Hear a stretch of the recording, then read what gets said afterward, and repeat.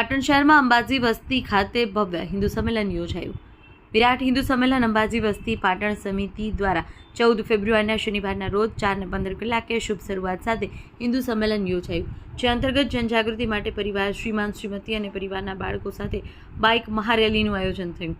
વિરાટ હિન્દુ સંમેલન ભવાની ફાર્મ પાસે બાઇક સાથે ભેગા મળી અંબાજી મંદિર, સાતની નાતે જગન્નાથ, તિરુપતિ બંગલોઝ, આયુષ મલ્હાર બંગલોઝથી રિટર્ન રોટેલિયા હનુમાન, શુભમ નિર્મળ નગર, બાલાજી તિરુપતિ ભાગ 2, SBR અને યશ ટાઉનશીપથી અંબાજી મંદિર પરત બાઇક રેલી પરત આવી હતી। વિરાટ હિન્દુ સંમેલન 14 ફેબ્રુઆરી શનિવારના 4:15 કલાકે ભવાની ફાર્મ મેદાન, બચપન સ્કૂલની સામે અંબાજી નગર રોડ, પાટણ યોજાવા જઈ રહ્યું છે।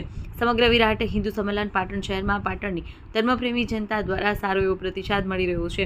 ભારત દેશની અંદર વિરાટ હિન્દુ સંમેલનો અત્યારે યોજાઈ રહ્યા છે, ત્યારે પાટણના આંગણે વિરાટ હિન્દુ સંમેલન ભવ્ય યોજાયું, જેમાં અંબાજી વસ્તી સહિતને વિવિધ વિસ્તારમાંથી ખૂબ મોટી સંખ્યામાં લોકો ઉપસ્થિત રહ્યા હતા।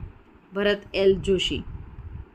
અતિ ભવ્ય અંબાજી વસ્તી હિન્દુ સંમેલનનો કાર્યક્રમ, જે સંખ્યા લગભગ 5 થી 6,000 જેવી આવી અને આ કાર્યક્રમ બહુ અતિ ભવ્ય સુંદરનું આયોજન કરાયું અને આ કાર્યક્રમમાં બહુ સહયોગ આપ્યો અંબાજી વસ્તી અને ભોજન સાથે પકડ્યું, એ બદલ ખૂબ ખૂબ આભાર। નમસ્તે। આજ રોજ પાટણમાં અંબાજી વસ્તીમાં મહા મોટો એવો હિન્દુ સંમેલનનું આયોજન કરવામાં આવ્યું હતું।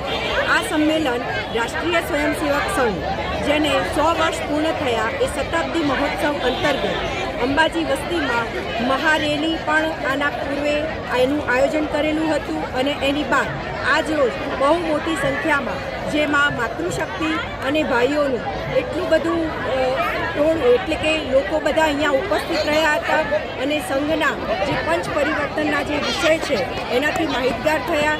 તો અહીંયા કાર્યક્રમમાં જેટલા પણ લોકો ઉપસ્થિત રહ્યા હતા એ સૌનું હું હિન્દુ સંમેલનમાં આવ્યા એ બદલ રાષ્ટ્રીય સ્વયંસેવક સંઘ પરિવાર વતી એ લોકોનો ખૂબ મોટો આભાર માનું છું। આપનું નામ? મારું નામ અમીબેન પટેલ। હું રાષ્ટ્ર સેવિકા સમિતિ, જે રાષ્ટ્રીય સ્વયંસેવક સંઘની ભગીની સંસ્થા છે, એમાં જિલ્લા બૌદ્ધિક પ્રમુખનું દાયિત્વ ધરાવું છું। આયોજકશ્રીઓ, આજના આ હિન્દુ સંમેલનમાં સમાજના અગ્રણી તરીકે સમાજની જ્યોત જગાવવા માટે આવેલા મારા પૂર્વના વક્તાશ્રીઓ, વિરાટ હિન્દુ સંમેલનમાં ઉપસ્થિત માતા, બહેનો તથા ભાઈઓ, વંદે વંદે વંદે। આજે જે પ્રકારે આપણે વંદે માતરમ બોલી શકીએ છીએ, એ પ્રકારે આજથી 100 વર્ષ પહેલા ભારતમાં વંદે માતરમ બોલવું એક કાયદાકીય ગુનો બનતો હતો। એ વખતે આજથી 100 વર્ષ પહેલા એક અંદાજ આવે આપણને કે ભારતમાં ભારત ભક્તિની વાત કરવી એ ગુનો બનતો હતો। એ વખતનો હિન્દુ સમાજ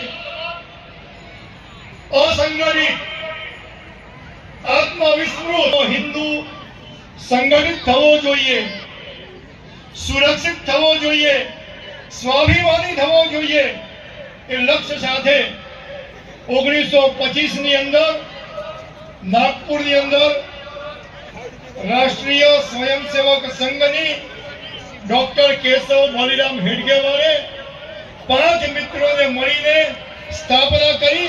એની 100 વર્ષની યાત્રા પહેલા હું આપને એકવાર કહું છું, આજે જે હિન્દુ સંગઠિત દેખાય છે